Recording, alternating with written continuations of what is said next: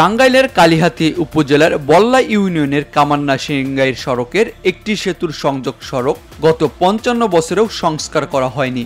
ফলে ২০,১২,০০০ টাকা ব্যয়ে নির্মিত সেতুটি জনগণের কোনো কাজেই আসছে না। এতে কামান্না সিংগাইর ও বড়টিয়া বাড়ি গ্রামের প্রায় ১৫,০০০ মানুষ চরম দুর্ভোগের শিকার হচ্ছেন।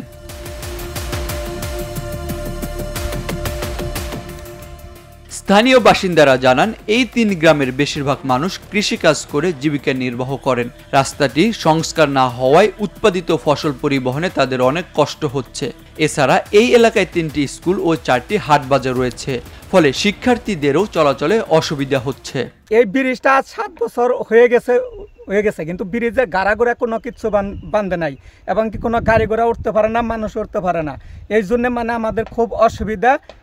আমরা এটা সরকারের কাছে চাই যে এই রাস্তাটুকু আমাদের মেরামত করে দিলে আমাদের খুব উপকার হবে।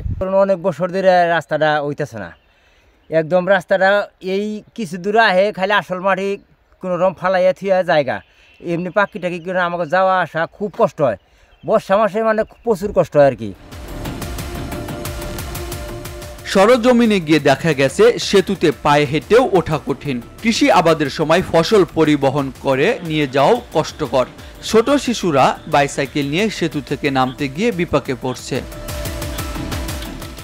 বল্লা ইউনিয়নের বিভিন্ন ওয়ার্ডের ইউপি সদস্যরা জানান, তারা বিষয়টি একাধিকবার ইউনিয়ন পরিষদের চেয়ারম্যানকে জানিয়েছেন, কিন্তু কোনো লাভ হয়নি।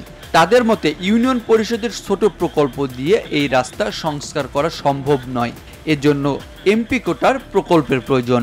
ব্রিজের দুই পাশে কাঁচা রাস্তা, এই ব্রিজে উঠতেও মোটামুটি কোনো স্বাভাবিকভাবে চলাচল করা যায় না। উঁচা ব্রিজ, ওইটুকু রাস্তা নাই, সড়ক নাই, এই জন্য সড়ক বিচ্ছিন্ন থাকার কারণে এই এলাকার মানুষ কাগজে পাড়া ঘুরে ওই দিক দিয়ে আরও ৪-৫ কিলো পাড়ি দিয়ে বল্লা বাজারে আসতে হয়। এই দুর্ভোগের কারণে এই রাস্তাটা খুবই দরকার। বল্লা ইউনিয়ন পরিষদের চেয়ারম্যান মোহাম্মদ ফরিদ আহমেদ জানান, তিনি সেতুটি দূর থেকে দেখেছেন, কিন্তু কেউ তাকে রাস্তা ও সেতুর বিষয়ে অবহিত করেননি। দুই সাইডে মাটি না ফেলার কারণে অনেকদিন যাবৎ মাটি পড়ে নাই, আমাকেও কেউ বলে নাই। আমি কালকে জানতে পারলাম ব্রিজের এই দুর্দশা, কেউ আমাকে বলে নাই। এখন খবর পেলাম যে ব্রিজের এই দুর্দশা। এখন ব্রিজের দুই সাইডে মাটি ফেলাইলে আর রাস্তা যে ৩০০ ফুট রাস্তা আছে, এই রাস্তা যদি একটু উঁচা করে দেওয়া হয় তাহলে এই বড়ুটা বাড়ির যে সাধারণ মানুষ আছে তারা অবাধে বল্লা বাজার এবং রামপুর বাজার এবং কি কালিহাতী, টাঙ্গাইল তাদের যাতায়াতের সুব্যবস্থা হবে।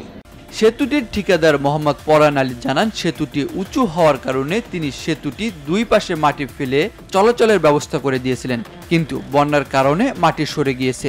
উপজেলা প্রকল্প বাস্তবায়ন কর্মকর্তা আশরাফুজ্জামানের কাছে এই বিষয়ে জানতে চাইলে তিনি কোনো মন্তব্য করতে রাজি হননি।